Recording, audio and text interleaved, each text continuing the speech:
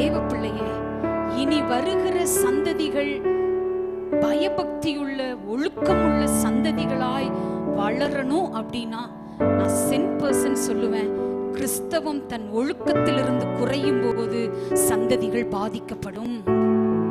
ஹல்லேலூயா. பிள்ளைகளை பழக்குங்க. கெட்ட பழக்கம் சொல்லாம வரும், நல்ல பழக்கம் சொல்லி சொல்லி தான் வரும். ஆமே. கெட்டதை ஈஸியா பண்ணிடுவாங்க, இங்க சொல்லியே கொடுக்க வேண்டாம். அது வந்து இன்பில்ட் மாதிரி.